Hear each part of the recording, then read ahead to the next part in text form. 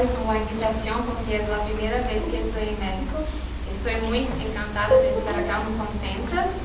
Y también les pido disculpas desde ahora si creo alguna palabra nueva en español. Entonces,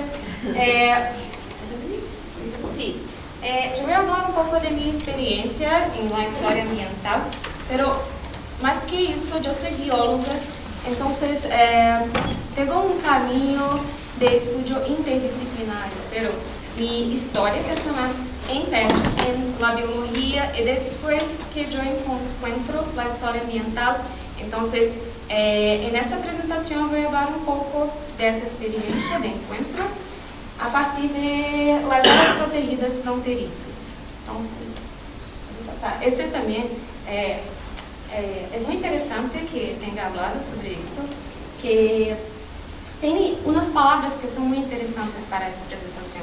Então, limite, imaginárias, físicas, osmóticas, ambiguas, elásticas, retráteis, permeáveis e conflito também, porque vamos ver que quando se cria uma fronteira pode ter conflitos de diversas naturezas e separam um do outro. Então, essas ideias de separação que tem a fronteira, eu creio que meu trabalho é fazer outra coisa, quais são os encontros da fronteira. Então, vou falar um pouco mais de isso. Podem tentar com isso, vamos ver. Então, esse autor, Rafestin, habla da zona fronteiriça como demonstração de uma interface biosocial, uma zona geográfica que oculta o limite. Então, pensar a fronteira como esta zona e também que é muito criativa, porque é esse encontro entre a natureza social e natural do ser humano. Então, alguns retos de... ¿Sí? Sí, puede pasar. Si quieres también puedo... Sí, sí. Entonces, indicar a multiplicidade das fronteiras, evidenciar o contraditório, também sendo fluida, mais uno, exemplificar esse tema desde as áreas protegidas fronteiriças, apontar caminhos para convergências. Eu traí, pode passar, essa imagem, sou eu acá. Sí, isso é em la Amazônia. Eu hice pasantía, pasantía em Instituto Nacional de Investigações de Amazônia e foi muito interessante para mim. Aprendi muitas coisas nessas experiências. E acá, eu creio que essa imagem representa muito bem o que é o contraditório. Então, por um lado, temos o Rio Solimões, e por esse Rio Negro, eu pergunto, é um rio? São dois rios? São as duas coisas. ¿Sí? Então, essa é a ideia de contradição. Então, se damos uma mirada que são dois rios, vamos pensar de uma maneira. E se damos uma mirada que é um rio, podemos pensar de outra maneira. E creio que a história ambiental nos oferece esse caminho analítico de interpretação do mundo a partir de encontro entre homem como ser social e homem como ser natural. E a natureza como essa ideia de que é algo que existe, mesmo que não é os humanos. Então, para mim também, quando estudo em Amazônia, esse também representa algo importante de minha experiência, porque eu conheci populações humanas muito diferentes e que viviam de uma maneira diferente que eu vivia. Eu sou de Rio de Janeiro, de uma cidade grande e com uma urbanização também muito grande, sabem muito bem como é. Então, aprendi muito com as populações ribeirinhas e sua visão do mundo. E quando voltei para Rio de Janeiro, eu pensava que queria compreender a relação do homem com os bosques. E esse foi um caminho que percorri, primeiro com as plantas. Então, eu vim compreender os bosques, com identificação de plantas e tudo mais. E depois, eu fui para as ciências humanas e sociais. E eu creio que hoje sou híbrido de coisas. E creio que a história ambiental também. E penso muito a importância da história ambiental aplicada. Trabalho com ciências ambientais, com gestão ambiental, em educação ambiental, mas a história ambiental está por tudo. Essas são áreas protegidas transfronteiriças, que creio que é muito interessante como objeto de estudos em história ambiental, porque expõe essa contradição, e esse encontro também. Então, essas são áreas que estão protegidas, bosques em fronteira de um ou mais países, ¿sí? Então, em todo o mundo. A ideia é, primeiramente, claro, a biodiversidade, é que esse é o jaguar, a onça, não tem passaporte. Então, muitas pessoas, os animais, nós também, não têm passaporte. Que, nós temos que ter passaporte, mas muitos humanos também não sabem como é isso. Então, por exemplo, em África, há tribos indígenas, etnias que vivem em mais de um país, que são nômades. Então, para essas populações é muito importante pensar a perspectiva de paisagem também, e que é um território mais amplo. E também os grandes mamíferos que necessitam de um amplo território. Então, em África, essa estratégia de criar áreas protegidas em uma fronteira também é pensada para preservar esse movimento dessas populações humanas e não humanas. Em Europa também existem muitas iniciativas de proteção às fronteiras. É um pouco distinta da África. E esse Follow the Nature Design, que é a ideia de uma publicação europeia de criar e fazer a cooperação das pessoas em áreas protegidas em fronteira. E eu pus aqui duas imagens que retratam de maneira interessante como são essas relações.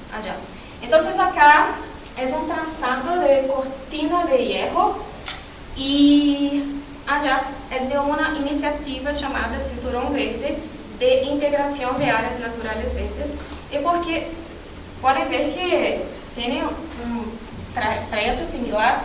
Então, porque é claro que quando tinha a cortina de hierro, muitas áreas verdes quedaram como que vazias de los humanos, porque era perigoso estar em uma fronteira. E depois, quando não é mais a cortina de hierro, tem áreas naturais que podem ser conservadas. E também, então, a estratégia foi de ser uma zona neutra para esses países. Então, hoje há uma instituição que se chama Europark Federation, que faz a certificação da cooperação entre as áreas protegidas de fronteira. E eu tive a oportunidade em meu doutorado de visitar algumas dessas áreas e conversar, falar com seus administradores. E algumas coisas interessantes que eu encontrei, uma delas, eu trago aqui, e vivi essa experiência, que é entre República Tcheca e Polônia. Polônia? Sim? Pode passar, então, acá, pode ver que é o marco da fronteira, sim? E acá, pode ver onde está a fronteira,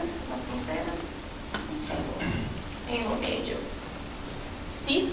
Pero, se quedam um pouco mais atentos, podem ver que há diferenças no paisagem, em lado direito e lado esquerdo. Sim? Sim. Não? Sim. Sim. Exatamente. Então, acá, as árvores são mais grandes. É porque há 100 anos passados que houve um fogo na região, um incêndio, e República Tcheca e Polônia fizeram diferentes estratégias de manejo. Então, acá, Polônia não, República Checa, sacaram todos os árvores e plantaram. Em Polônia não hicieron nada. Então, hoje, podemos ver después de 100 anos, acá sí, tenemos árboles grandes, acá no, pero tenemos muchos regenerantes. Entonces, esa estrategia fue buena de poloneses, porque no tuvieron que gastar dinero. Entonces, está ahí un ejemplo de cómo pueden se dar esas relaciones. Y acá, creo que es muy interesante en Latinoamérica, lo digo en Latinoamérica, es que América do Sul y Central también, porque tiene toda la parte caribeña, etc. Entonces, somos todos latinoamericanos, pero es muy interesante porque tenemos muchas fronteras compartidas con áreas forestales, y acá, por ejemplo, la Amazonia, y tenemos pueblos originarios que viven en ese territorio, y que se movimentan en ese territorio. Algunos de ellos no tuvieron contacto con otros grupos humanos que no los indígenas. Ese es un ejemplo de áreas protegidas en la frontera. Muchas áreas, acá en Brasil, claro, pero pueden ver que hay muchas áreas compartidas de bosques entre otros países. Entonces es algo que tenemos que pensar. Yo estaba hablando con una venezolana que me dijo que existen algunos pueblos que algunas veces no saben si sus hijos son de Venezuela o si son de Brasil. Entonces, ¿cómo hacer esa cuestión de nacionalidad y pasaporte para estos pueblos?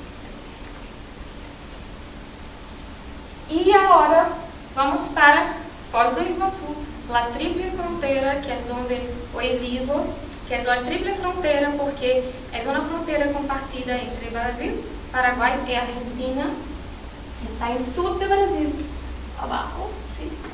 Voy a hablar un poco después de generar sobre esa triple frontera, pero especialmente de esa área protegida fronteriza que es compartida entre o Parque Nacional Iguaçu en Brasil e Iguaçu en Argentina.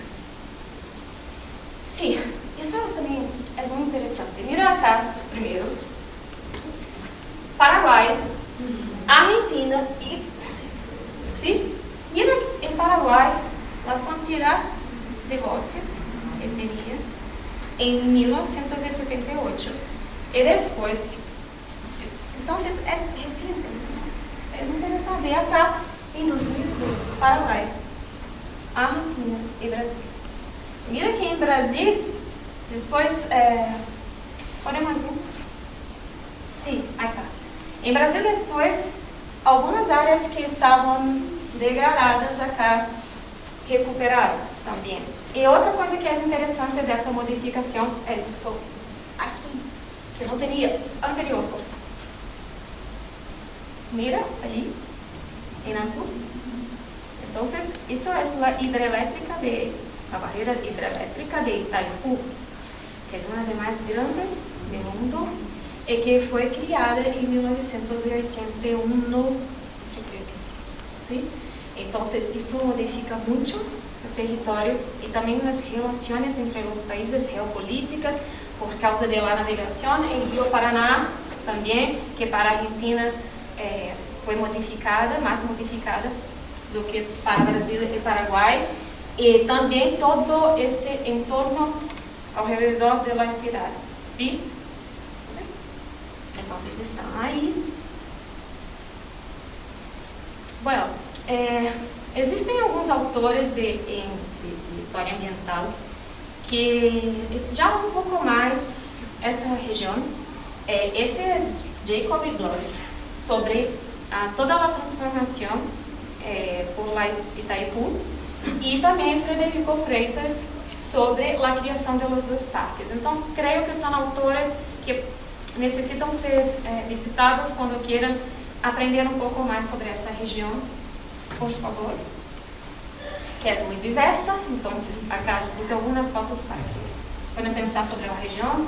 Itaipu. Acá es Encuentro de los Ríos, Iguazú, Paraná, e acá a Tríplice Fronteira. É como se fosse um marco da Tríplice Fronteira. ¿Sí? Paraguai, com toda a sua questão de comércio, etc. E os indígenas que aún estão em uma região, pero claro que ubicados em reservas e alguns deles em las calles também. Mas não tem lugar. E acá está, les apresento o Parque Nacional de Iguaçu e as cataratas, que são lindíssimas, que acá está, é o ponto principal. Então, a fronteira é o rio Iguaçu. Então, as áreas protegidas. Pode passar.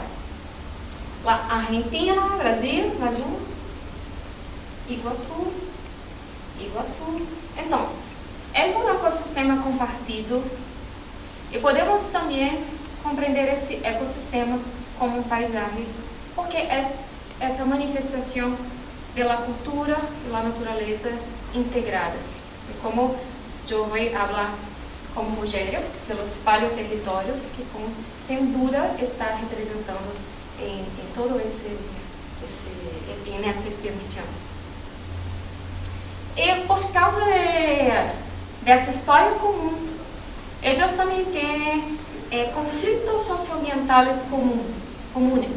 Então, por exemplo, há muitos interesses diversos sobre o território, sobre como se devem usar os parques, quem deve usar os parques, e esses são os usos que aún existem: la caça, pesca, ilegal, extração de palmito. Palmito é uma palmeira que tem em Parque Nacional, é muito palmito aún.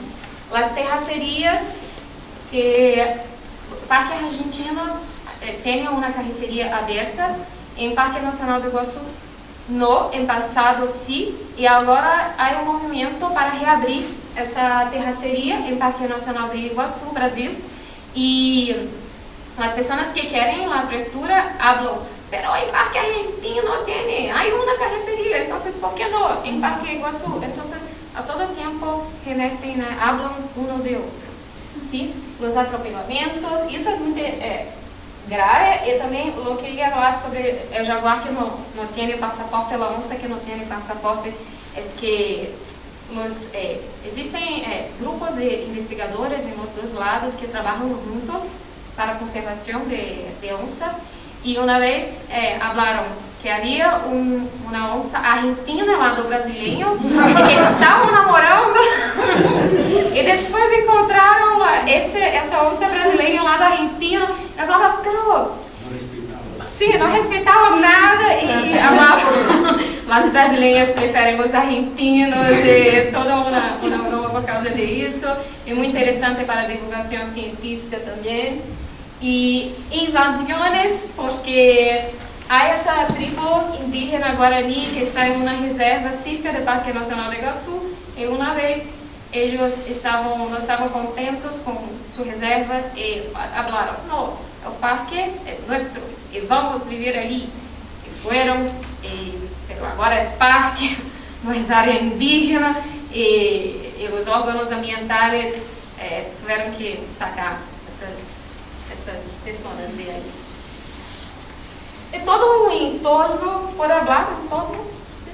Que mira acá, que tem uma área, essa área de Argentina chamada Península, que é muito importante para passar de los animais acá, pero está sendo ocupada, e isso sem dúvida trará problemas para essa movimentação dos animais e para as pessoas, porque as onças les gustam áreas que são degradadas, abertas, pero também les gusta a ganaderia, erros, então há conflitos por causa disso. Pode passar.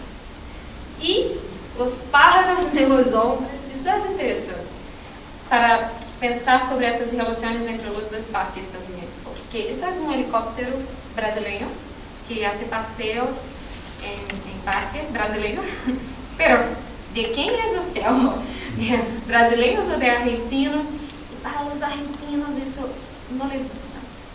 Ellos sempre hablan, no puede tener esses helicópteros. Então, o espaço aéreo é problema para eles e hasta hoje continuam fazendo os passeios com helicóptero e os argentinos continuam reclamando também por causa dos outros pájaros que vivem. Isso é do trabalho de Frederico Freitas, é outra coisa que queria mostrar. Está mais localizado em caso brasileiro, não em argentino, mas creio que coisas similares se passaram em lado argentino. Então, mira, acá é uma imagem de traçado de parque nacional, mas em 1950 toda essa área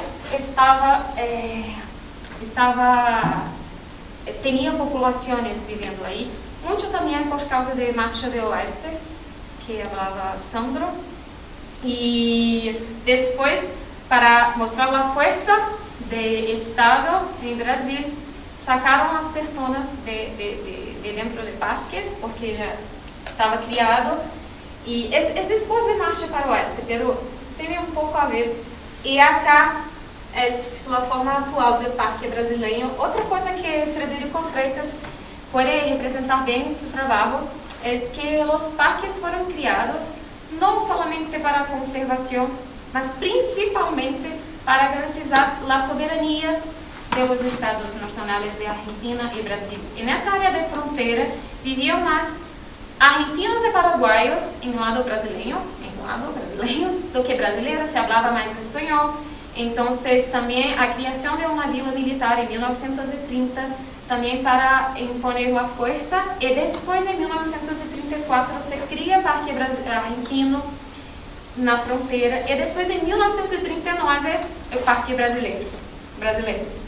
Então, é pouco para garantizar que esse território é do Brasil, é espejo também da decisão de Argentina de criar seu Parque Nacional. Então, é muito interessante de como essa dinâmica resultou nesse paisagem hoje. Acá, então, um recorte de uma área que era uma vila, um povoamento em passado em Brasil. Mira cá esse mapa, que são os povoamentos, e agora a floresta, a bosques, plantas. E podem ver que era como assim, e agora como assim. E também no doutorado eu fiz um experimento nessa área de ecologia vegetal. Então, acá podemos ver que existem muitas plantas exóticas nessa área que existiam as vilas. Uma delas, que é a uva do Japão, Urvenia dulcis, que está arriba. É interessante porque os guarda-parques da Argentina eles dizem que os caçadores usam essa planta uva do Japão também, Urvenia dulcis, para atrair os animais para que possam caçar.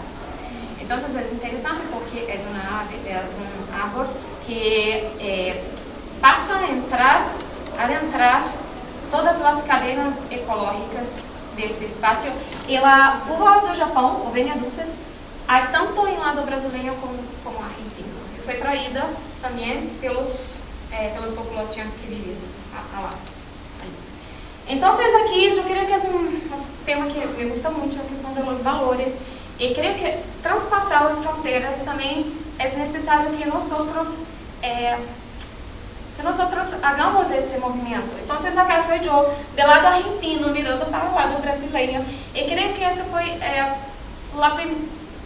nesse momento eu creio que eu de fato ultrapassei as fronteiras e conheci os guarda-parques da Argentina e pude falar com eles e pude conhecer suas crenças, suas experiências. Isso é muito importante quando pensamos nessas relações e sobre as percepções que tem sobre patrimônio. Sobre patrimônio, nesse caso, estou chamando todos esses parques. ¿Sí? Por exemplo, eu hice uma pesquisa, uma investigação de acessar as percepções de patrimônio dos parques por los participantes do Conselho Brasileiro, que Parque Brasileiro tem um conselho, E o que encontrei é que quando perguntava o que sentem quando visitam, o que sentem sobre esse parque?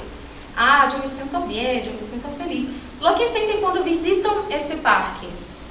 E mais sentimentos emergiram quando perguntava sobre a visita. Então, isso nos pode evidenciar que estar também em um sítio, vivenciar esse sítio é importante para criar valores que são importantes para a conservação.